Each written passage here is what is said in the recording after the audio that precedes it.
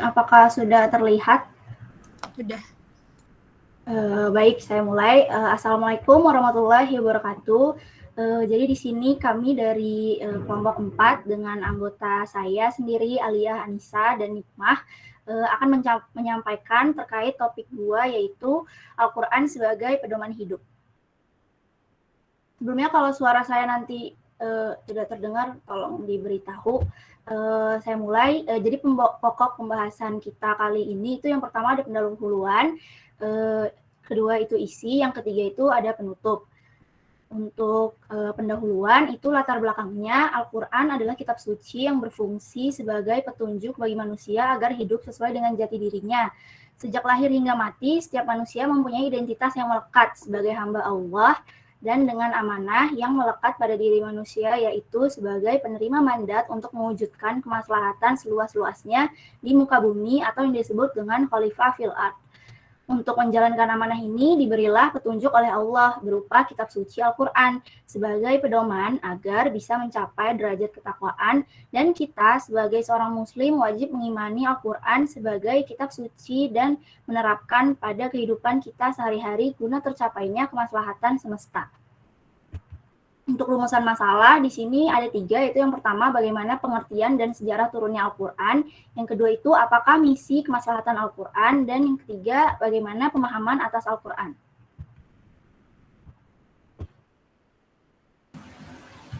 Untuk yang pertama adalah bagaimana pengertian dan sejarah turunnya Al-Quran.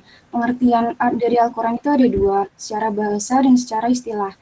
Secara bahasa adalah Al-Quran ini berasal dari kata qira'a yang memiliki definisi yaitu mengumpulkan dan menghimpun, dan qira'ah yang berarti menghimpun huruf-huruf dan kata-kata satu dengan yang lain dalam suatu ucapan yang tersusun rapi.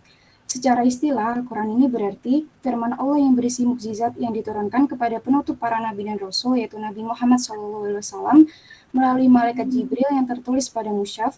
Membacanya dinilai ibadah dengan dimulai dengan surat Al-Fatihah dan diakhiri dengan surat An-Nas. Definisi Al-Quran mengandung 2 unsur, yaitu yang pertama, Al-Quran ini sebagai firman Allah atau kalamullah, Tuhan seluruh manusia lintas masa dan waktu, sehingga petunjuk dalam Al-Quran ditunjukkan kepada seluruh manusia lintas waktu dan tempat. Dan yang kedua adalah Al-Quran ini sebagai wahyu yang diterima oleh Nabi Muhammad SAW yang lahir pada tahun 571 Masehi, kemudian mulai menerima wahyu pada usia 40 tahun, yaitu pada tahun 611 Masehi, dan wafat pada tahun 634 Masehi. 2 unsur tersebut dapat menjadikan Al-Quran mengandung petunjuk yang bersifat universal, yang tidak terikat langsung dengan kondisi waktu itu, sekaligus kontekstual atau terkait langsung dengan kondisi waktu itu. Misalnya tauhid, kerahmatan semesta, kemaslahatan, keadilan, kemanusiaan, perdamaian, empati pada pihak yang lemah, kelestarian alam, dan nilai kebaikan universal lainnya. Untuk sejarah penurunan Al-Quran, Al-Quran ini tidak diturunkan sekaligus, melainkan secara berangsur-angsur. Al-Quran yang diturunkan dalam masa 23 tahun atau tepatnya 22 tahun, 2 bulan, 22 hari yang terdiri dari 114 surat, 30 juz, dan susunannya ditentukan oleh Allah dengan cara tauqifi, tidak menggunakan metode-metode sebagaimana metode penyusunan buku-buku ilmiah. Hal ini menunjukkan kaitannya erat dengan firman Allah yang bersifat universal, dengan kondisi masyarakat Arab yang dihadapi Rasul saat itu. Hal ini juga bertujuan agar pesan Allah dapat tertancap kuat di dalam hati karena turun bertahap sesuai dengan peristiwa-peristiwa, dapat memudahkan hafalan dan pemahaman yang menjadi salah satu faktor kemantapan hati. Kisah turunnya Al-Quran adalah kisah Nabi Muhammad SAW dan umatnya yang berpesan untuk selalu berpegang teguh pada sikap diri atau kepasrahan Islam hanya kepada Tuhan atau Tauhid, agar dapat mewujudkan berkah untuk alam semesta yang merupakan misi Islam yang sejalan dengan tantangan hidup pada saat itu. Selanjutnya adalah apakah misi kemaslahatan Al-Quran? Al-Quran adalah petunjuk bagi manusia dalam mewujudkan kemaslahatan bagi semesta. Kemaslahatan Islam telah dirumuskan oleh para ulama dalam konsep tujuan syariah atau makasidusi syariah, tujuan akhir dan rahasia-rahasia yang dicanangkan pembuat syariah atau syar'i di balik setiap ketentuan hukum yang disyariatkannya.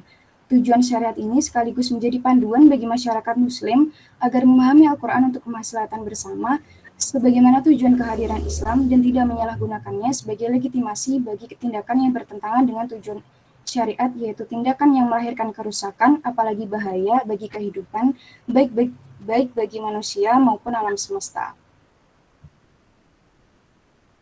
Kemaslahatan itu bisa dilakukan dengan cara mencegah keburukan agar tidak terjadi dan mewujudkan kebaikan agar terjadi. Jika sebuah tindakan itu bisa memberi kemaslahatan bagi suatu pihak, namun memberikan dampak keburukan bagi pihak lain, maka prinsip dasar Islam adalah mencegah keburukan diutamakan daripada mewujudkan kemaslahatan. Dengan akal dan hati nuraninya, manusia itu dituntut untuk mempertimbangkan kebaikan dan keburukan atas segala tindakannya. Dalam praktik di kehidupan sehari-hari, kemungkinan kondisi yang dihadapi oleh manusia itu apa aja dan apa yang mesti dipilihnya itu. Yang pertama adalah baik dan lebih baik, itu pilih yang lebih baik. Dan yang kedua antara baik dengan baik, pilih yang terbaik. Yang ketiga adalah baik dan buruk, pilih yang baik. Yang keempat adalah antara buruk dengan buruk, pilih yang terbaik. Dan yang kelima adalah buruk dan lebih buruk, pilih yang buruk. Para ulama telah menjelaskan bentuk-bentuk kemaslahatan yang menjadi tujuan syariat Islam, sehingga menjadi tujuan Al-Quran di setiap firman-Nya. Jumlahnya ada yang menyebutkan 5, namun ada pula yang menyebutkan 6. Bentuk-bentuk tersebut adalah menjaga agama, menjaga jiwa, menjaga akal, menjaga keturunan, menjaga kehormatan, dan menjaga harta. Ada 3 tingkat kemaslahatan manusia berdasarkan tingkat kebutuhan yang dimiliki oleh manusia, yaitu kemaslahatan daruriyah, yaitu pemenuhan kebutuhan primer manusia yang menjadi syariat Islam dengan baik dan layak sehingga tanpanya manusia akan mengalami keburukan, bahaya, bahkan punah. Yang kedua adalah kemaslahatan hajiyah, yaitu pemenuhan kebutuhan sekunder manusia yang dengannya hidup manusia menjadi lebih mudah. Dan yang ketiga adalah kemaslahatan tasiniyah, yaitu pemenuhan kebutuhan tersier manusia yang dengannya hidup manusia itu menjadi lebih mudah. Dengan prinsip dasar Islam melakukan skala prioritas pada bentuk dan jenis kemaslahatan tersebut adalah kemaslahatan yang bersifat primer itu didahulukan daripada kemaslahatan yang bersifat sekunder, dan kemaslahatan yang bersifat sekunder harus didahulukan dari kemaslahatan yang bersifat tersier. Inti dari pemenuhan kemaslahatan adalah tidak setiap kebutuhan yang berkaitan dengan agama itu mesti diprioritaskan daripada kebutuhan lainnya. Tergantung level kebutuhan itu terkait dengan agama itu apa, dan yang terkait lainnya itu juga apa. Next. Untuk yang selanjutnya, saya akan menjelaskan terkait bagaimana pemahaman atas Al-Quran. Nah, dalam kehidupan sehari-hari, kita kan umumnya telah melakukan interaksi dengan Al-Quran, misalnya dalam bentuk membaca, memahami, dan mengamalkan, karena Al-Quran menjadi dasar dan pedoman dalam menjalani kehidupan. Itu semua karena kita mempunyai keyakinan bahwa berinteraksi dengan Al-Quran secara maksimal akan memperoleh kebahagiaan dunia dan akhirat. Jadi, pemahaman atas Al-Quran ini termasuk kita itu melakukan interaksi dengan Al-Quran. Untuk dalam proses memahami Al-Quran itu sebelumnya kita harus tahu dulu nih apa cakupan pesan ayat Al-Quran itu terbagi menjadi 2, yaitu ayat dengan pesan yang bersifat universal dan bersifat khusus. Nah, untuk yang bersifat universal itu merupakan ayat-ayat yang pesannya tidak terkait sama sekali dengan kondisi sosial yang dihadapi oleh Rasulullah SAW dan umatnya ketika itu. Misalnya nih tentang tauhid, kemaslahatan manusia, pelestarian alam, dan lainnya. Nah, untuk yang bersifat khusus itu merupakan ayat yang pesannya terkait erat dengan situasi sosial yang dihadapi oleh Rasulullah SAW. Misalnya tentang perbudakan, peperangan, poligami, dan lainnya.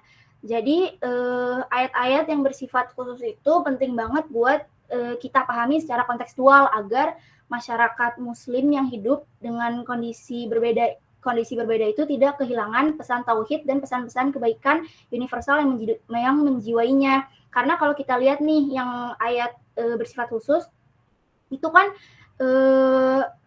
bisa saja berdampak berbeda, misalnya yang tentang peperangan atau tentang perbudakan, karena diterapkan di kondisi yang sekarang kan, kondisi sekarang kan damai, udah nggak ada perbudakan, udah nggak ada peperangan, itu bisa jadi menjadi pemicu peperangan dan pemicu sikap perbudakan sesama manusia, jadi malah jadi bumerang untuk yang ayat bersifat khusus ini. Jadi kita pemahamannya itu harus dipahami secara kontekstual agar tidak salah paham. Yang selanjutnya itu faktor yang mempengaruhi pemahaman atas Al-Quran. Yang pertama itu dalam memilih ayat, Karena biasanya saat kita mau memahami Al-Quran itu kan ada kecenderungan di mana ayat yang kita pilih itu jauh lebih sedikit daripada ayat yang tidak dipilih.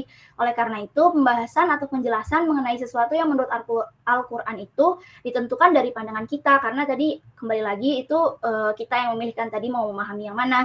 Jadi pemahaman atas ayat Al-Quran yang bertentangan dengan nilai tauhid dan misi kerahmatan semesta itu sangat mungkin disebabkannya dari cara kita memilih dan cara kita menjelaskannya. Jadi bukan gara-gara Al-Qur'annya itu. Terus yang kedua itu metode dalam memahaminya. Hal ini terkait apakah sebuah ayat akan dikutip secara utuh atau sepotong-potong. Sehingga hal ini tentu mempengaruhi atas pemahaman kita terhadap Al-Quran, karena bagian yang diambil dan bagian yang ditinggalkan itu kita yang menentukan. Nah, poin kedua ini hampir mirip kayak poin pertama, itu balik lagi. Jadi dalam memahami Al-Quran itu berkaitan erat dengan pandangan kita, karena tadi kita yang menentukan mau memahami yang mana. Terus selanjutnya yang ketiga itu latar belakang keilmuan. Nah, ketika memahami Al-Quran, seseorang yang memiliki ilmu pengetahuan mendalam, baik pengetahuan tentang ayat Al-Quran, makna, sejarah turunnya, maupun pengetahuan yang berkaitan tentang substansi ayat, itu bisa akan berbeda dengan orang yang memiliki pemahaman, orang yang memiliki pengetahuan yang kurang gitu, latar belakang keilmuannya kurang. Jadi ya tadi itu latar belakang itu termasuk penentu, karena bisa saja nih ayat yang kita baca misalnya sama tetapi latar belakangnya itu berbeda. Nah itu bisa jadi kemungkinan ada pemahaman yang berbeda. Terus yang keempat itu latar belakang jenis kelamin. Hal ini berarti antara laki-laki perempuan juga kemungkinan memiliki pemahaman yang berbeda atas Al-Quran. Misalkan ketika kita memahami ayat-ayat yang berhubungan tentang menstruasi, melahirkan, dan menyusui. Nah, untuk latar belakang jenis kelamin ini kan yang tadi dicontohin itu kan tentang menstruasi, melahirkan, menyusui, itu kan bisa aja terjadi perbedaan pemahaman antara laki-laki dan perempuan, karena kembali lagi laki-laki itu kan tidak merasakan dan tidak mengalami ayat-ayat yang tentang menstruasi, melahirkan, dan menyusui itu kan. Jadi bisa jadi itu terjadi perbedaan dalam pemahaman. Yang kelima dan yang terakhir itu adalah komitmen. Nah, Al-Quran yang sama itu bisa melahirkan penafsiran atau pemahaman yang berbeda juga antara mereka yang kuat komitmennya untuk mewujudkan kemaslahatan bersama dengan mereka yang hanya ingin mewujudkan kemaslahatan untuk diri sendiri atau kelompoknya. Nah, ini jelas banget ya, berarti bahwa komitmen itu termasuk hal yang penting kalau kita itu mau memahami Al-Quran. Dan semua faktor yang mempengaruhi pemahaman atas Al-Quran itu menunjukkan bahwa jika ada pemahaman seseorang atas Al-Quran yang bertentangan dengan prinsip tauhid dan kemaslahatan semesta yang menjadi misi Islam dan Al-Quran, maka sangat mungkin akarnya itu ada pada orang tersebut. Karena tadi dari pengaruh-pengaruh tadi kan itu sebenarnya hampir semuanya berkaitan dengan manusianya sendiri kan. Jadi bukan karena Al-Qur'annya. Yang terakhir itu penutup. Di sini kita bisa mengambil kesimpulan bahwa proses turunnya Al-Quran yang berangsur-angsur menunjukkan pentingnya mempertimbangkan kondisi real yang dihadapi masyarakat muslim dalam menerapkan tujuan Al-Quran, yaitu menciptakan kemaslahatan. Jadi di samping ayat-ayat Al-Quran, realitas kehidupan nyata juga penting untuk dipertimbangkan dalam merumuskan kemaslahatan bersama. Sebab kemaslahatan bersama tidak hanya sesama muslim, tetapi juga seluruh makhluk Allah. Semua petunjuk yang ada dalam Al-Quran didasarkan pada pengetahuan yang tak terbatas, pasti benar, pasti adil bagi seluruh manusia. Dan Al-Quran ini selalu dipahami oleh manusia yang tidak satupun maha tahu, maha benar, ataupun maha adil.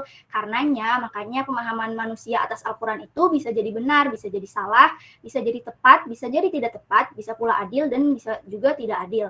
Jadi ada petunjuk Allah yang ada dalam Al-Quran itu pasti benar dan adil, sedangkan petunjuk Allah sebagaimana yang kita pahami, dipahami oleh manusia itu bisa salah, antara lain karena tidak adil. Nah, untuk melahirkan pemahaman yang adil itu gimana sih? Makanya manusia itu harus berpegang teguh pada misi Al-Quran sebagai kitab tentang tauhid, kemaslahatan semesta atau kemaslahatan bersama antar sesama manusia dan sesama makhluk Allah, dan kitab tentang bagaimana menjadi manusia yang berakhlak mulia. Cukup sekian presentasi dari kelompok 2. Mungkin kalau ada pertanyaan boleh ditanyakan.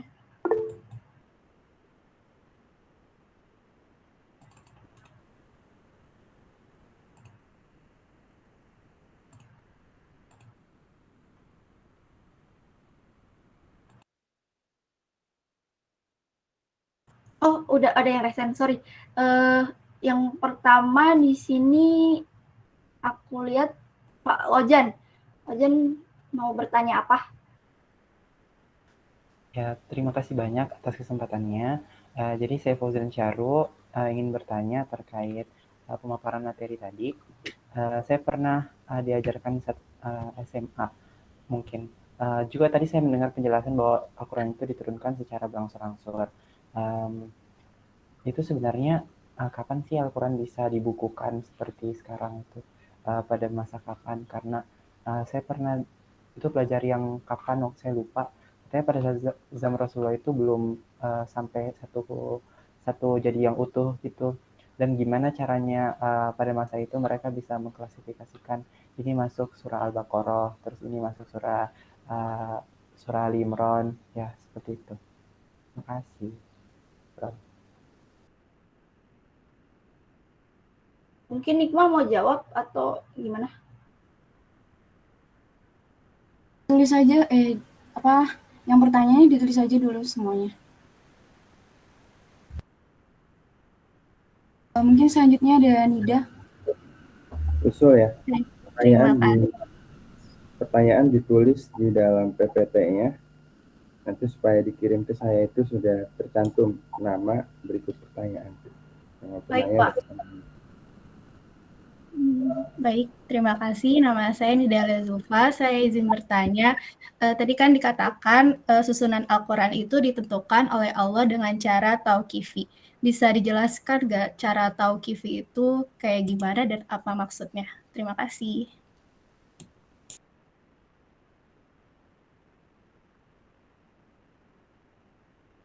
Selanjutnya Sarah. Oke. Aku izin bertanya. Sebelumnya terima kasih atas kesempatannya. Nama saya Sarah Haurani. Tadi itu kan dijelasin kalau memahami Al-Quran itu salah satu caranya itu harus dengan komitmen. Nah, itu gimana sih menurut kalian bagaimana caranya agar kita sebagai seorang muslim bisa menerapkan komitmen dalam memahami Al-Quran? Terima kasih.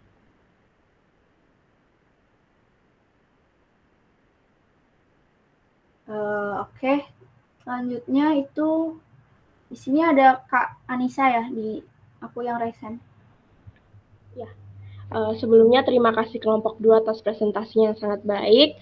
Saya Nisa Fitriana ingin bertanya di slide yang sebelum bagaimana pemahaman atas Al-Quran, itu ada inti dari pemenuhan gitu kayaknya. Itu aku mau tanya maksudnya itu kayak gimana, terus kurang paham juga sama minta tolong kasih contohnya dalam kehidupan sehari-hari gitu mungkin. Terima kasih. Yang misi kemaslahatan ya, Kak? Ya. Yang inti, ada isi inti dari pemenuhan gitu. Selanjutnya Dustin.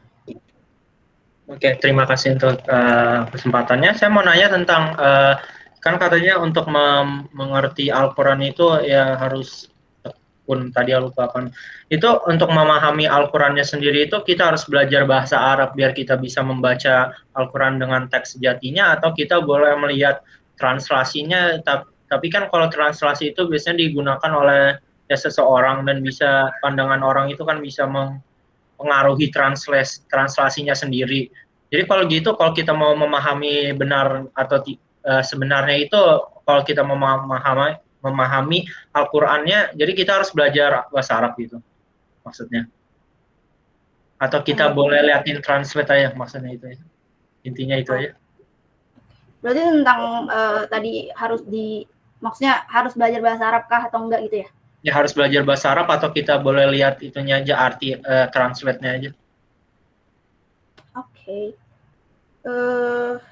Selanjutnya ada Syahila ya.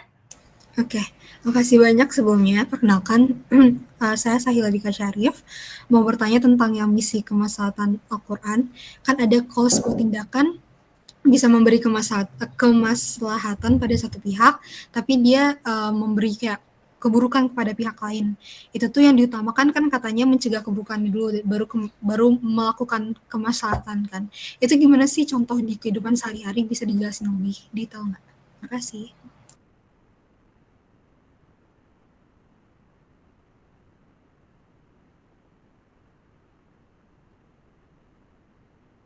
Selanjutnya ada Filzah.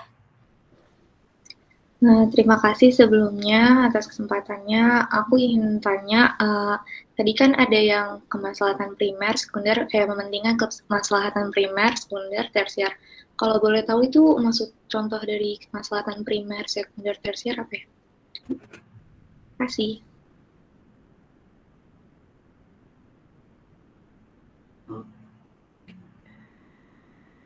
Contohnya ya tadi Filzah. Iya, iya.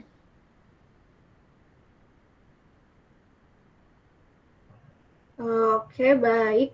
Terima kasih atas pertanyaan-pertanyaannya, teman-teman. Mungkin aku bisa jawab dari pertanyaannya Sarah dulu kali ya, karena berkaitan sama materi aku. Itu tadi Sarah bertanya terkait ini ya, komitmen dalam pemahamannya itu yang seperti apa gitu ya? Iya, betul.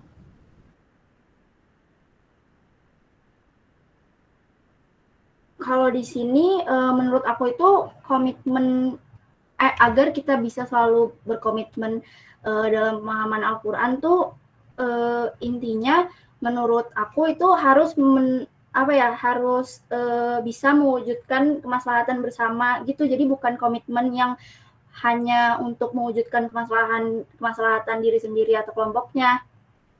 Nah, mungkin cara berkomitmennya dengan kayak menanamkan dari dalam diri gitu. Kalau maksudnya jangan lupa mementingkan kepentingan bersama juga gitu. Jangan suka selalu pentingin diri sendiri. Nah, kalau menurut aku gitu sih untuk gimana caranya mempertahankan komitmennya. Tadi tentang mempertahankan komitmen kan?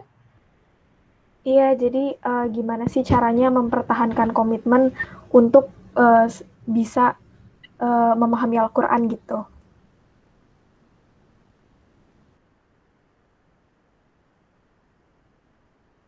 Berarti cara agar mempertahankan komitmen agar bisa selalu memahami Al-Quran, karena kan ini kan sebenarnya tentang pengaruh Al-Quran kan, maksudnya apa yang mempengaruhi pemahaman kita itu bisa salah atau bisa benar gitu kan. Nah, salah satunya itu kan tadi dengan cara berkomitmen. Jadi menurut aku itu komitmennya sendiri itu harus benar dulu. Jadi kita berkomitmen untuk apa nih? Untuk kebaikan diri sendiri doang atau untuk kebaikan bersama. Nah, setelah komitmennya itu udah benar nih, tentang maksudnya kita itu udah menanamkan dari dalam diri kalau kita itu ingin berkomitmen untuk kebaikan bersama. Nah, menurut aku dari situ sih harusnya udah kebentuk ya, maksudnya kebentuk dari dalam diri kita itu kalau ya kita itu berkomitmen untuk bersama gitu. Dan kayaknya itu bisa berefek ketika kita memahami Al-Quran itu. Jadi di pemahamannya itu jangan sampai hanya untuk kebaikan kita sendiri, kepentingan kita gitu. Jadi harus memikirkan orang lain juga. Kalau menurut aku gitu. Kejawab nggak, Sarah? Oke, udah cukup terjawab kok. Makasih banyak, Alia. Yep. Oke, mungkin aku bisa jawab pertanyaannya Nida yang tentang tauqifi ya. Jadi kalau tauqifi itu adalah penyusunan Al-Quran yang hanya berasal dari petunjuk Allah dan Rasulullah serta tidak ada campur tangan para sahabat. Jadi langsung diturunkan kepada Nabi Muhammad gitu, nggak ada diturunkan ke yang lain gitu. Terjawab nggak Nida? Sudah, terima kasih.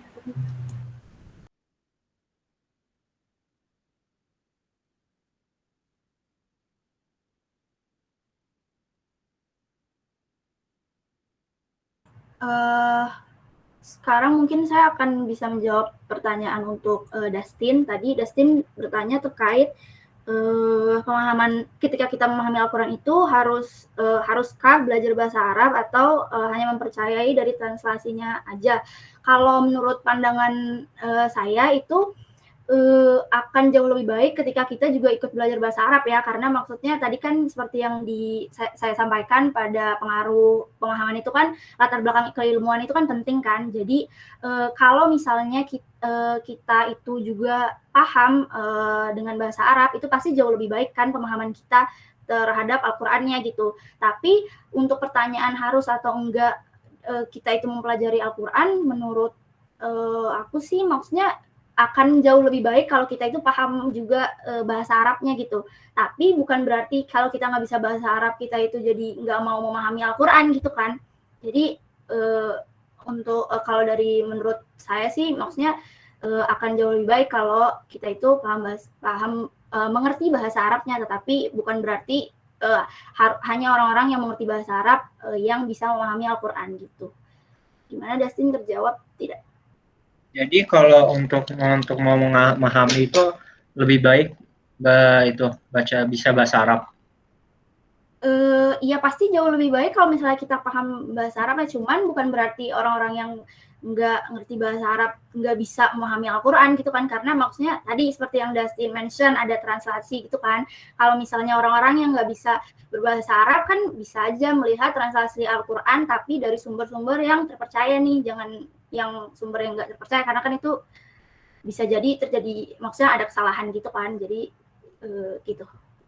Sumber terpercaya itu kayak dari mana? Misalnya untuk kayak Al-Quran yang udah ada itunya penerbitnya, maksudnya misalnya kalau kita beli Al-Quran nih, terus kan biasanya ada Al-Quran yang udah ada pengertian bahasa Indonesianya. Nah itu kalau menurut aku sih dilihat dulu penerbit yang menerbitkan Al-Qurannya. Nah itu kalau misalkan biasanya tuh ada kode buku atau kode penerbitan gitu, berarti kan bukunya resmi tuh. Nah kemungkinan buku-buku resmi yang menerbitkan Al-Quran itu kan berarti terpercaya gitu ya translasinya gitu. Oke, terima kasih.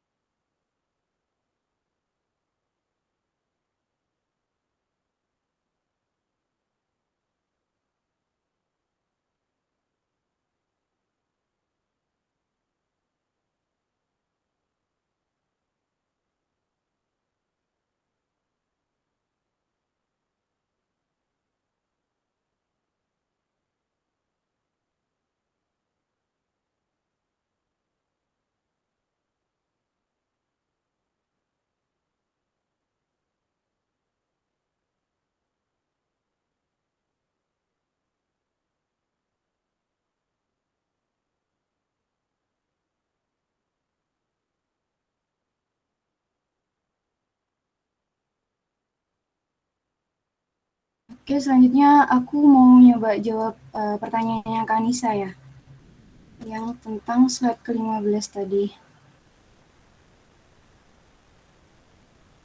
Jadi seumpamanya ada pilihan antara pergi umroh dengan biaya sendiri atau membantu tetangga yang kelaparan seumpama.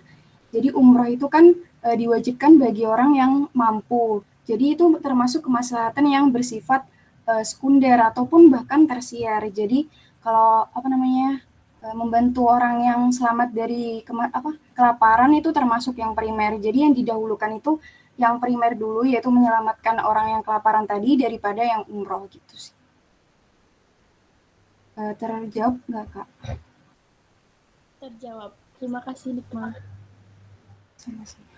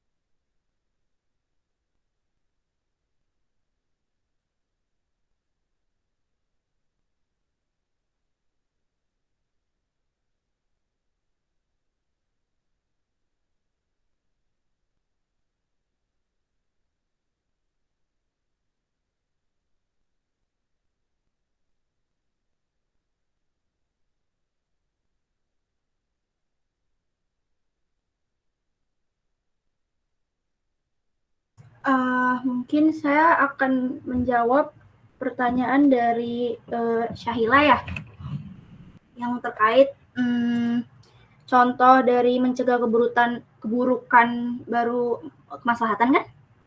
Ya, benar. Jadi sebenarnya kan kita itu kan sebenarnya harus mengutamakan kebaikan kan daripada kemaslahatan. Tapi kalau misalnya tadi tuh pada satu kasus terjadi dampak keburukan yang mempengaruhi pihak lain, maka prinsip dasar Islam mencegah keburukan itu lebih diutamakan nih daripada kemaslahatannya yang tadi kan. Nah, untuk contohnya mungkin bisa ambil dari contoh misal saat corona ini misalnya gitu. Jadi mencegah keburukan misalnya ambil contoh dari sholat di masjid deh gitu ya. Waktu awal-awal corona kan itu sholat di masjid susah kan, maksudnya bahkan ada beberapa masjid juga yang ditutup. Nah itu tuh menurut aku itu salah satu contoh yang mencegah keburukan dulu daripada kemaslahatan. Jadi daripada mengutamakan maksudnya sholat di masjid, jadinya kan, tapi kan soalnya ada virus kan, jadi maksudnya lebih mendahulukan kita mencegah aja dulu, jadi lebih baik sholat di rumah aja dulu. Mungkin itu salah satu contohnya yang bisa diambil. Oke, makasih banyak.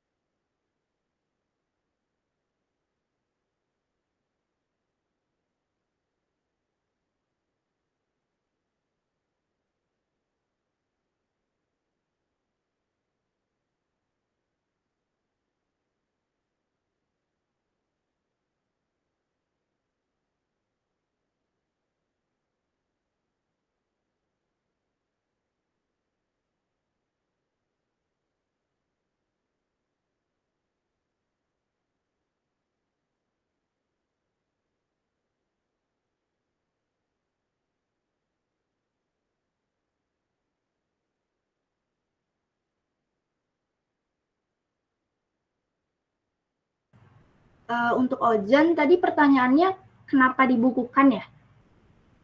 Atau kapan ya? Iya, kapan? Oh, kapan?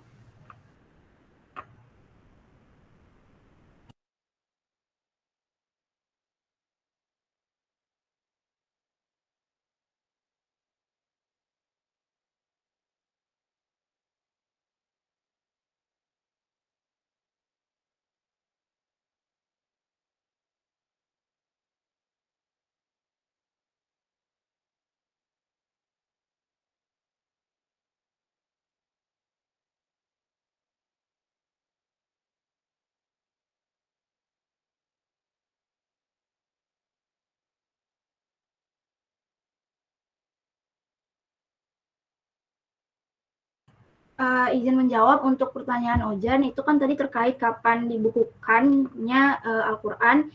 Itu menurut saya, yang saya baca di sini itu peninggal Rasulullah itu barulah upaya untuk mengumpulkan tulisan-tulisan yang berisi ayat-ayat Al-Quran itu mulai dilakukan. Ini tuh terjadi pada masa Khalifah Abu Bakar atas usulan Umar bin Khattab. Jadi usulan ini tuh diusulkan oleh Umar bin Khattab karena karena waktu pada saat itu tuh setelah peperangan Yamamah itu 70 orang hafiz itu gugur. Nah, dari situ Umar bin Khattab tuh merasa khawatir, kemudian dia itu bilang ke Abu Bakar dan memberikan usulan untuk mengumpulkan dan membukukan Al-Quran, karena tadi itu tadi kan banyak hafiz dan para sahabat yang gugur. Jadi penghafal-penghafal Al-Quran itu pada meninggal pada peperangan itu. Nah, jadi kan jalan keluarnya itu dibukukan agar maksudnya Al-Quran itu tetap ada meskipun tadi penghafalnya itu sudah gugur dalam peperangan gitu. Terima kasih atas jawabannya.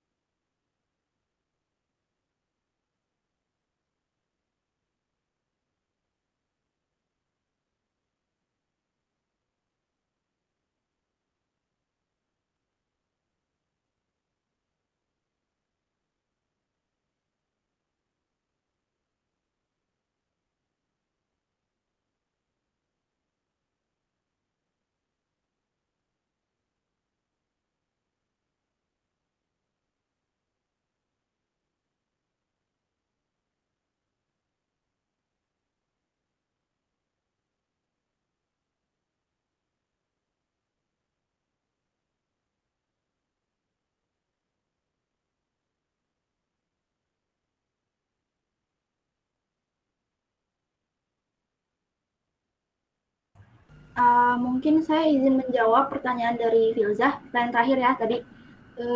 Tadi terkait ini kan contoh primer, sekunder, dan tersier kemaslahatannya. Ya. Untuk yang kemaslahatan primer atau dauriyah ya tadi namanya. Sebentar.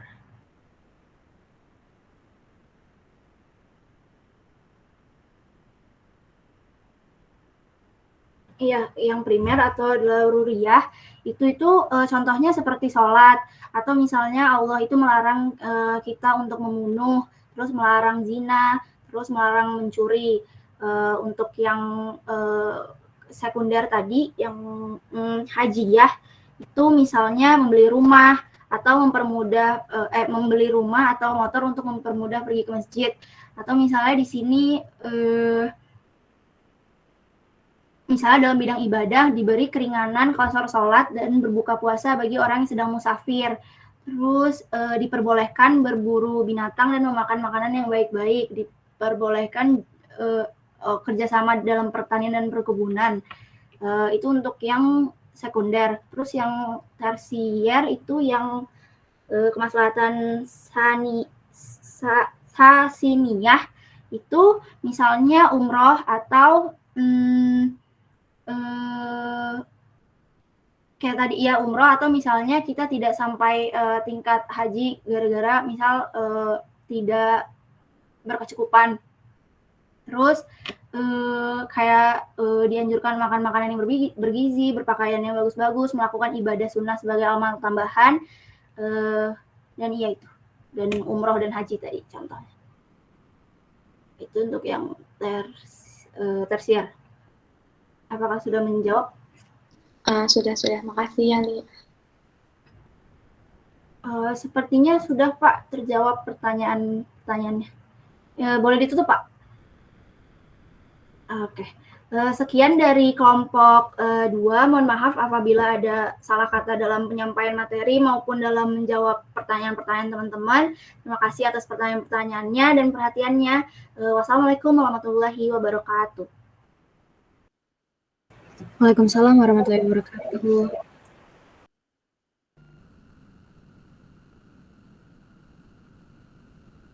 Baik, terima kasih. Give applause buat kelompok 2.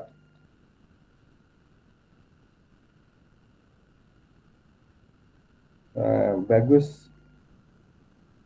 Diskusi hari ini cukup menarik ya. Kita akan lanjutkan, namun kita akan absen terlebih dahulu.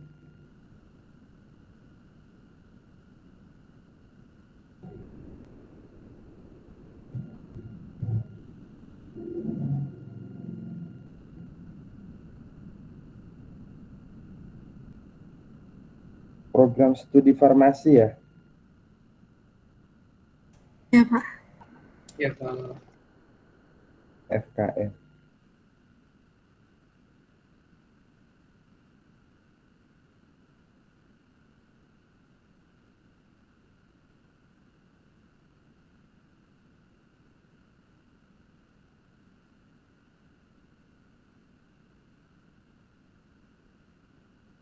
Anissa Fitriana, mohon standby. Hadir, Pak. Alia Anissa Hakim. Hadir, Pak. Dustin. Hadir, Pak. Farah Ukti Suhada. Hadir, Pak. Sahila Dika Syarif. Hadir, Pak. Bintang Putra. Hadir, Pak. Maulang Sadida. Hadir, Pak. Nida Alia Zulfa. Hadir, Pak. Larissa. Hadir, Pak. Ahmad Afdal Razak. Hadir, Pak. Salma Nadiatus Salehah. Hadir, Pak. Vivi Veronsa. Hadir, Pak. Filza. Hadir, Pak. Nikmah Maudiatus Solihah. Hadir, Pak. Keika Sita. Hadir, Pak. Saskirana Rahma. Hadir, Pak. Zalika Putri. Hadir, Pak. Sarah Haurani Latifah. Hadir, Pak. Rafa Zahra. Hadir, Pak. Fauzan Sahru Ramadan. Fauzan. Tadi Fauzan chat saya, Pak, kalau misalkan dipanggil nggak jawab, katanya lagi sholat asyar, Pak. Oh. Min ain Fauzan. Kenapa, Pak? Iya, Pak. Min ain. Di Sulawesi. Sulawesi. Sahila bisa bahasa Arab ya? Kenapa, Pak? Sahila bisa bahasa Arab ya? Enggak sih, Pak. Qalil maqalil. Hanifah Rizki. Hadir, Pak. Eva Fitri Handayan. Hadir, Pak. Wira Dwi Cahyani.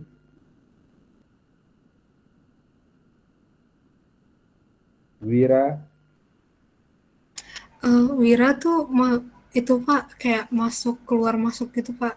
Dari tadi yang nge-like yang saya izin ke Bapak, orang yang satu orang itu. Tapi dia dari tadi masuk, Pak.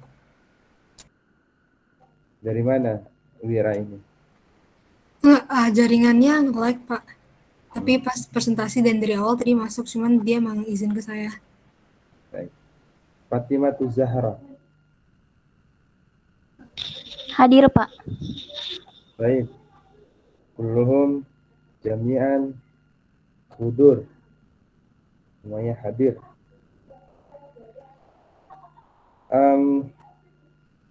Sebelum menanggapi, saya akan mengenalkan website-website tentang seputar Al-Quran, ya, website seputar Al-Quran. Sudah saya share sih di grup. Ini LPMQ. Kita punya lembaga di Kemenag, Kementerian Agama itu punya lembaga Lajnah Pentashihan Mushaf Al-Quran.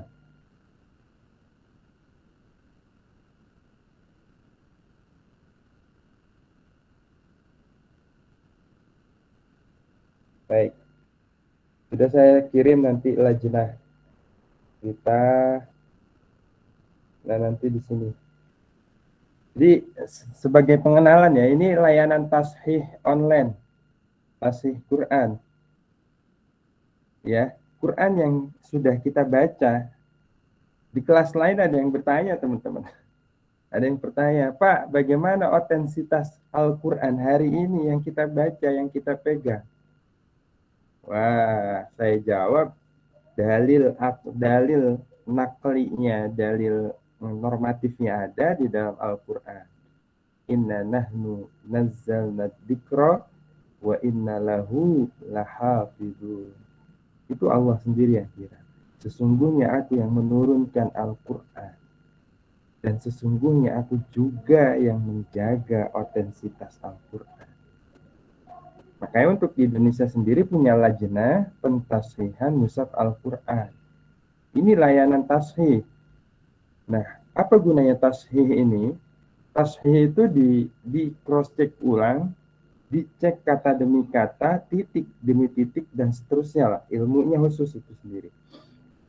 Kemudian tidak serta-merta penerbit Al-Quran yang kita pegang itu dengan mudah saja menyebarkan Al-Quran. Tidak bisa.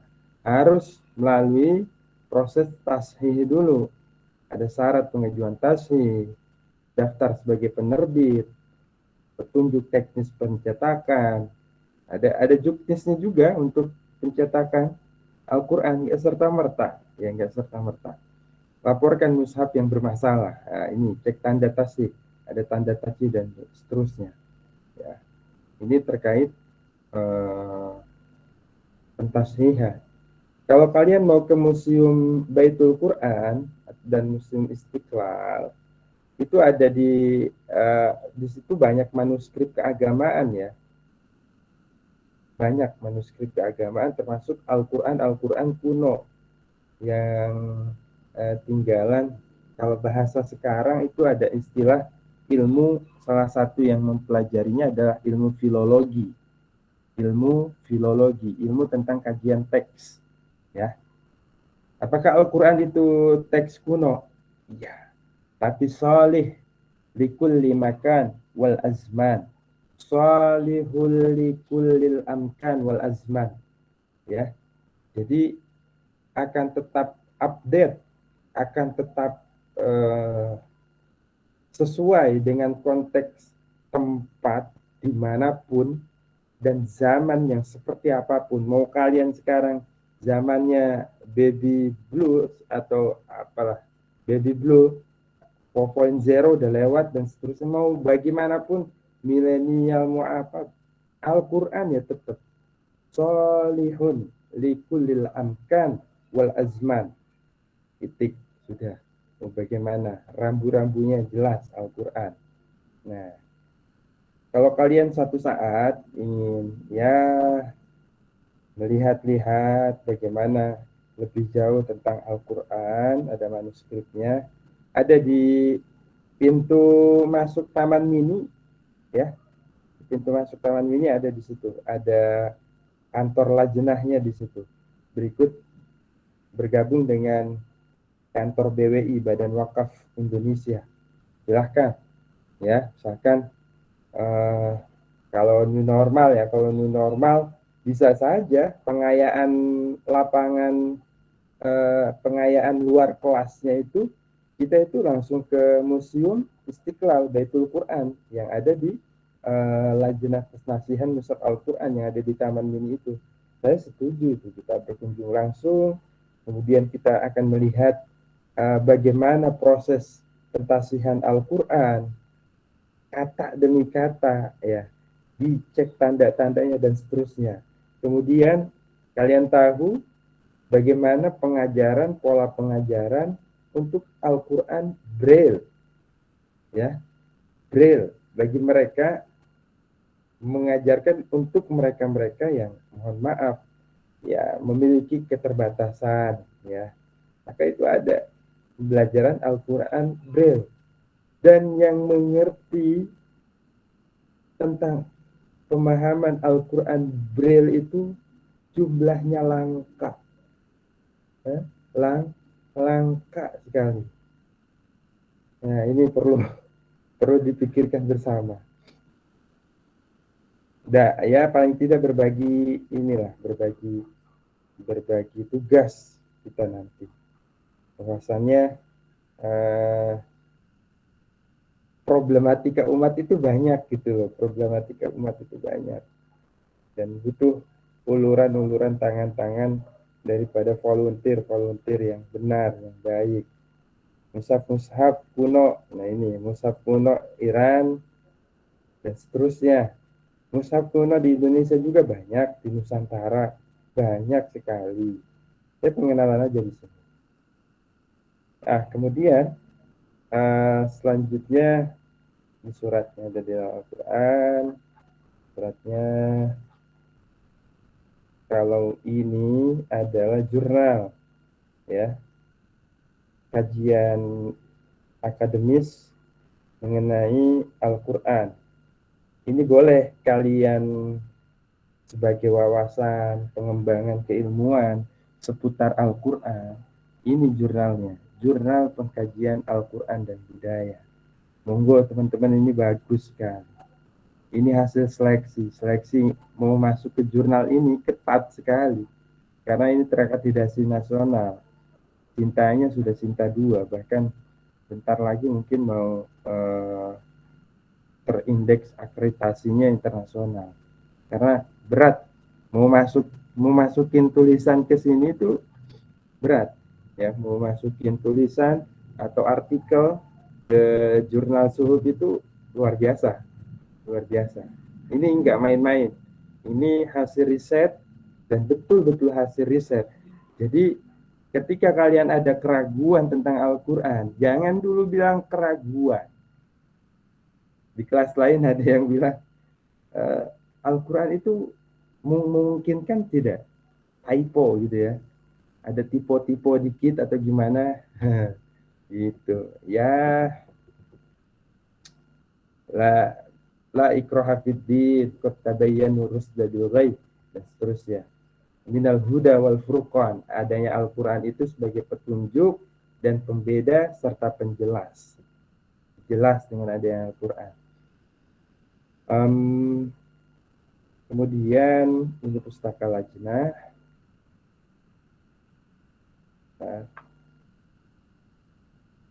Nah, ini tadi ada yang bertanya ya, bagaimana kita untuk memahami isi dan kandungan Al-Quran. Teman-teman, hari ini telah diketemukan model penelitian Al-Quran secara tematik. Penelitian Al-Quran secara tematik. Saya sangat sekali menganjurkan kepada teman-teman untuk membaca ini. Pak, apa korelasinya dengan jurusan saya di Gizi? Baca, ini banyak. Ada yang penciptaan manusia. Ya, ini tematik ini Quran dan terjemahannya ada, berikut tafsir-tafsirnya ada secara ringkas. Cukuplah untuk kita itu, insya Allah sangat-sangat cukup. Sangat-sangat cukup. Kalian sekarang punya laptop bagus, punya HP yang bagus, download ini ya. Saya sarankan download, kemudian dipelajari, dipahami pelan-pelan ya. Tafsir ilmi dan jasad ernik, penciptaan manusia, fenomena kejiwaan manusia, gunahan makhluk hidup, cahaya dalam perspektif Al-Quran dan sains. Ini ada integrasi nanti Al-Quran dan sains, ada integrasi justru di sini. Pola-pola integrasinya sudah ada di sini. Al-Quran dan isu-isu kontemporer, waktu dan seterusnya. Ya, banyak, tinggal kalian berselancar saja. Tinggal kalian berselancar.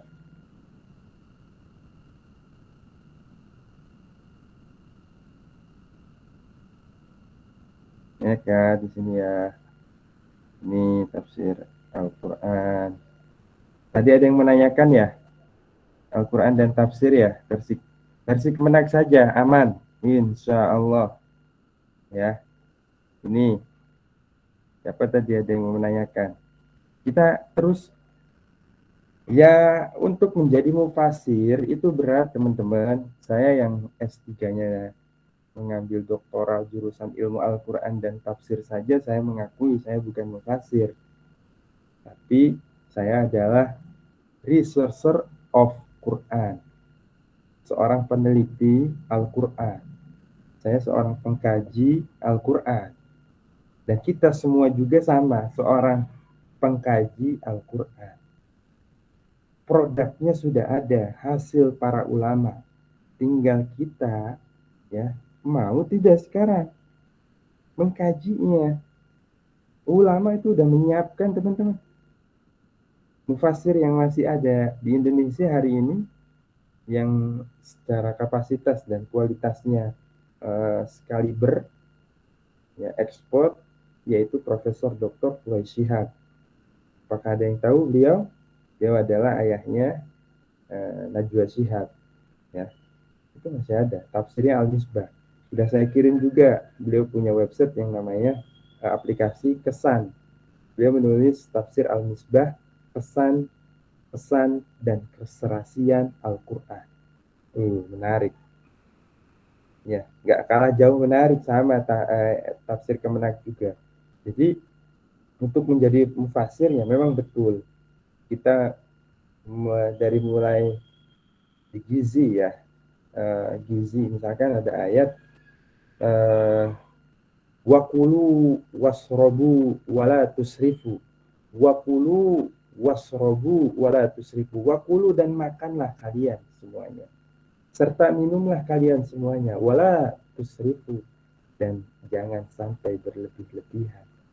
Wakulu wasrobu dari satu kata wakulu dan makanlah kalian semua, nanti dijelaskan oleh para ulama yang memiliki kapasitasnya, satu kata itu bisa menjadi beberapa interpretasi, ya, menjadi interpretasi yang panjang sekali. Bagaimana dengan di program studi kalian, ya, nanti para ulama yang memiliki kapasitasnya menerjemahkan, ulama tersebut ya melihat lagi buku-buku rujukan terkait dengan dunia medis dan dunia kedokteran serta dunia gizi, kesehatan masyarakat, itu ada bahkan sekarang ini tafsir yang sampai ke sana.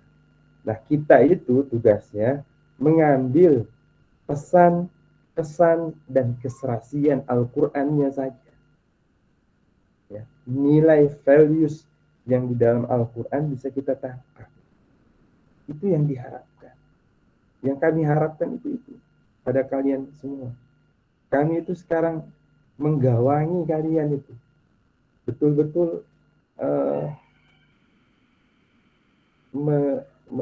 betul-betul menggawangi, betul-betul mengawal kalian menjadi cendekiawan, menjadi intelektual, ya, bukan hanya intelektualitasnya saja, tapi spiritualitasnya juga seimbang. Kalau sudah intelektualitas dan spiritualitasnya seimbang, hari ini pandemi, ya, kalian nanti suatu saat menjadi pakar. Itu ketika menyampaikan ke publik itu berdasarkan ilmu yang keluar itu, bukan berdasarkan nafsu maupun berdasarkan titipan-titipan orang lain. Ya. Jadi yang keluar adalah berdasarkan ilmu, bukan berdasarkan nafsu maupun titipan-titipan orang lain. Saya juga sama ketika di jurusan-jurusan yang lain, ya, di fakultas teknik, di fakultas kedokteran, di fakultas hukum, psikologi, di fakultas fisik, FIA, dan lain sebagainya. Saya selalu menyampaikan, ini loh Al-Quran memiliki pedoman dan nilai-nilai. Kayak gimana Pak? Ya saya tampilkan sedikit-sedikit. Jadi kita harus membaca dulu. Kalau kita sudah menutup diri, tidak mau berusaha, ya, afala tatadakkarun, afala tatadabbarun, afala tatataqilun. Ya. Udah banyak ayat Quran yang menyindir kepada kita. Ya, kadang saya malu kalau membaca Al-Quran itu di banyak menyindir saya. Afala tatadabbarun. Apa kamu tidak mentadabbur? Afala tatafakkarun, apakah kamu tidak berpikir, tidak merenungkan? Afala tatadzakkarun, apakah kamu tidak mengingat-ingat kembali? Wah, ini luar biasa Al-Quran itu. Ya. Kitab suci kita yang solih, ya, yang menjadi up to date di segala kondisi dan waktu maupun zaman. Nggak ada yang lain. Nggak ada kitab suci. Kalian mungkin pernah baca kitab suci yang lain. Atau pernah mendengar di Al-Quran, ya, inna nahnu nazzalna dzikra wa inna lahu lahafidun. Sesungguhnya aku, kata Allah, yang menurunkan Al-Quran. Dan sesungguhnya aku juga yang menjaga Al-Quran. Tadi ketika ada pertanyaan seputar kodifikasi Al-Quran, atau di dalam bahasa Arabnya adalah tadwinul Quran, kodifikasi Al-Quran, pengumpulan Al-Quran sehingga menjadi mushaf, ya, itu panjang sekali teman-teman. Al-Quran turun pada masa Rasul, ya, berapa tahun? 23 tahun. 23 tahun. Kalau kita hari ini membahas Al-Quran, ya, hanya 1,5 jam saja, saya kira nggak cukup. Nggak cukup. Ya. Prosesnya panjang sekali, isinya panjang sekali. Yang terpenting adalah kita memantapkan hati. Ya Allah, Allahumma arhamna bil Quran. Ya, semoga kita mendapatkan keberkahan, kasih sayang daripada Al-Quran. Semoga senantiasa mau berteman dekat dengan Al-Quran. Ya. Nanti di yaumil qiyamah yang akan menjadi teman kita adalah Al-Quran.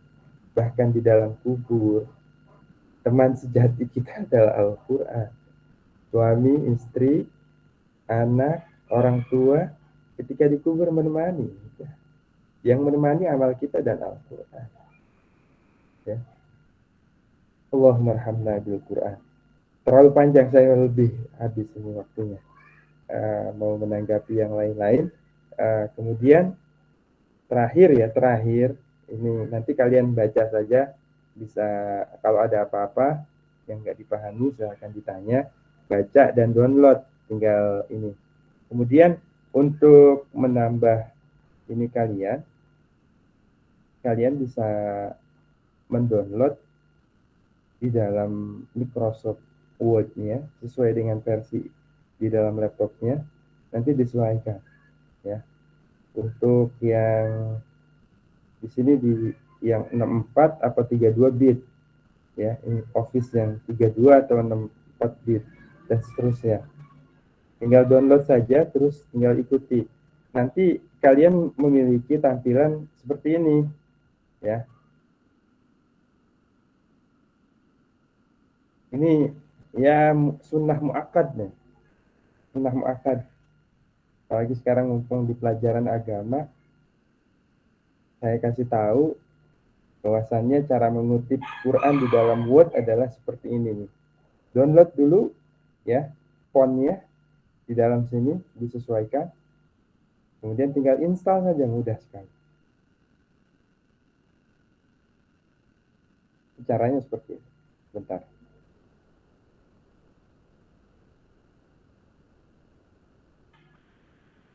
Itu ada yang sudah tahu, ada yang sudah punya Word in Quran, Quran in Word.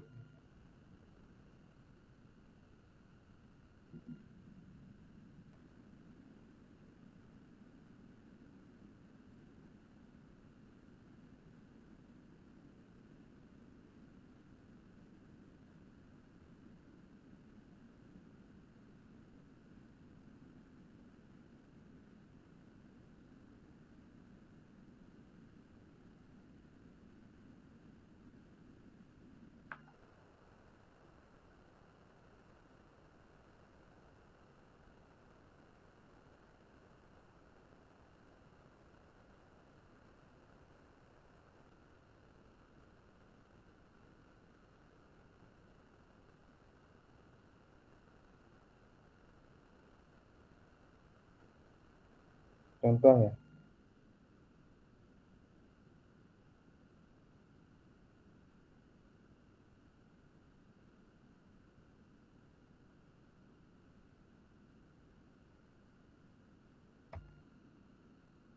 Akan mengutip Quran Kemenak, nanti di sini muncul kalau sudah di-install.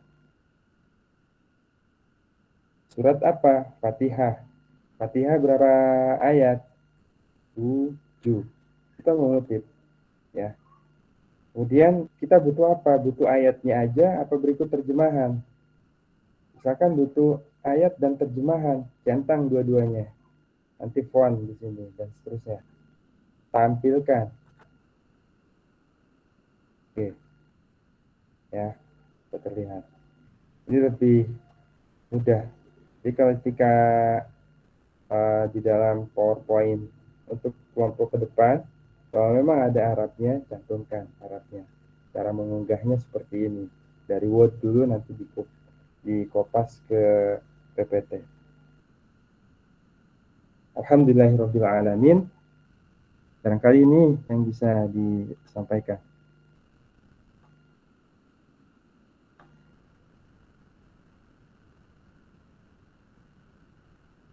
Pak izin tanya, untuk tugas VTR itu ada lagi nggak Pak hari ini?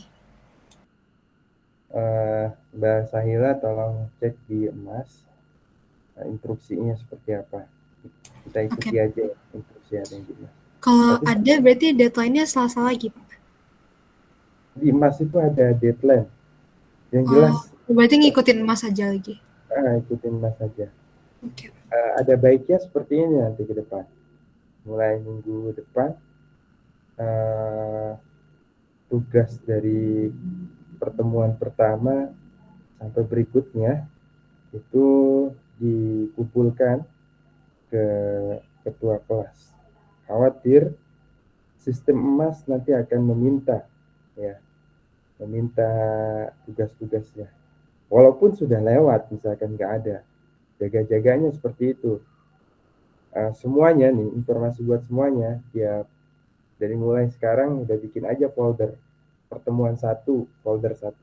Pertemuan 2, folder 2. Sampai dengan pertemuan ke-16. Paling tidak ada 13 folder tugas-tugas kalian. Ya, untuk individu. Nanti kan mudah nanti itu.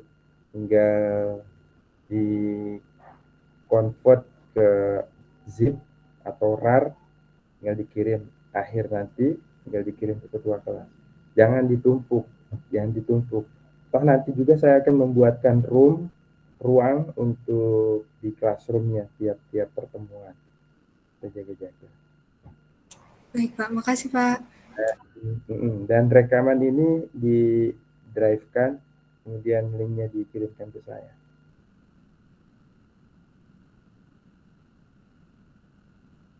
Terima kasih atas perhatian dan partisipasinya seluruh anggota kelas ini. Mudah-mudahan pertemuan ini ada guna